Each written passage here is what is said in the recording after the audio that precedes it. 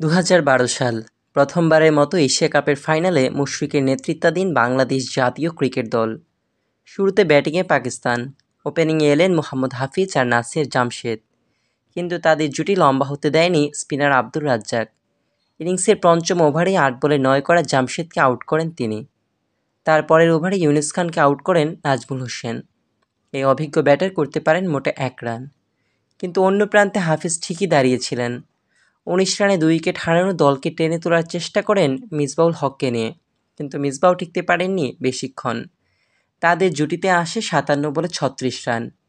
নাসিরের থ্রুতে Misbah run out হন ২৩ বলে ১৩ করে।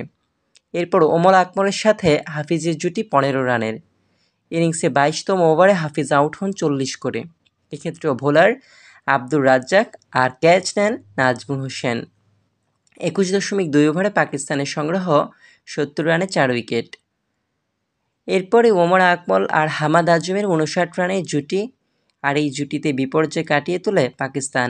দুজনে ব্যাট থেকে আসে ৩০ রান। ইনিংসের ৩৪তম ওভারে হামাদকে বিদায় করেন সাকিব আল হাসান, আর তার পরের ওভারেই আকমলের উইকেট নেন মাহমুদুল্লাহ রিয়াদ। আবার চাপে পড়ে পাকিস্তান। ৩৪.৫ ওভারে ১৩৩ রানে ৬ উইকেট পাকিস্তানের। কিন্তু বারবার রং পাল্টানো ম্যাচে আবারও সব রং নিজেদের দিকে টেনে নেন শহীদ আফ্রিদি। ২০০ রানের মধ্যে অল আউট হওয়ার যে সংখ্যা তৈরি হয়, ৪-৬ তা ভুলিয়ে দেন এই পাকিস্তানি। ২২ বলে ১৪৫.৪৫ স্ট্রাইক রেটে করেন ৩২ রান। আফ্রিদি আউট হওয়ার পর ওমর গুল আর সৈয়দ আজমলও দ্রুত বিদায় নেন। ৪৬তম ওভারে পাকিস্তানের রান ৯ উইকেটে ২০৬, কিন্তু ১০ম উইকেট জুটিতে সরফরাজ খানের দৃঢ়তায় ২৬ বলে আসে ৩২ রান। সরফরাজ অপরাজিত থাকেন ৫২ বলে ৪৬ করে। চিমাও থাকেন ১১ বলে ৯ রানে অপরাজিত। বাংলাদেশের পক্ষে মাশরাফি, আব্দুর রাজ্জাক আর সাকিব নেন ২টি করে উইকেট। নাজমুল আর মাহমুদুল্লাহ রিয়াদের সংগ্রহ ১টা করে। বাংলাদেশের সামনে লক্ষ্যমাত্রা ৫০ ওভারে ২৩৭ রান। ওপেনিংয়ে ব্যাট করতে আসেন তামিম ইকবাল আর নাজিমউদ্দিন। দারুণ শুরু এনে দেন এই দুজন। ওপেনিং পার্টনারশিপ থেকে আসে ৬৮ রান। তবে নাজিমউদ্দিনের স্লো ইনিংস পরে কাল হয়ে দাঁড়ায় বাংলাদেশের জন্য। নাজিমউদ্দিন মাত্র ৩০.৭৬ স্ট্রাইক রেটে করেন ৫২ বলে ১৬ রান।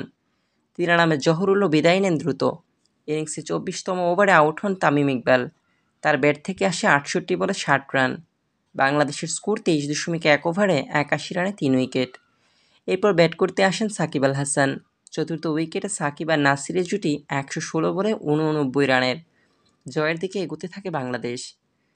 এশিয়া কাপ জয় উদযাপনের অপেক্ষায় পুরো দেশ। কিন্তু ৪৩তম ওভারে নাসির যখন ওমর গুলের বলে আউট হন, তখন তার নামের পাশে ৬৩ বলে ২৮ রান, স্ট্রাইক রেট ৪৪.৪৪। এর পরের ওভারে আউট হন সাকিব আল হাসান, করেন ৭২ বলে ৬৮ রান। তখন জয় থেকে সামান্য দূরে থাকা বাংলাদেশের রান ৪৩.৪ ওভারে ৫ উইকেটে ১৭৯।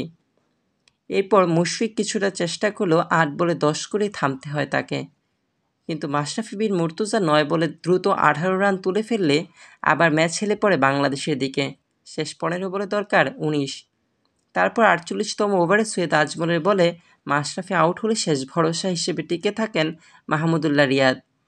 ম্যাচের শেষ ওভারে প্রয়োজন হয় ৯ রানের, কিন্তু চিমার করা সেই ওভারে কোনো বাউন্ডারি আদায় করতে পারেনি মাহমুদুল্লাহ, রাজ্জাক, শাহাদাতরা।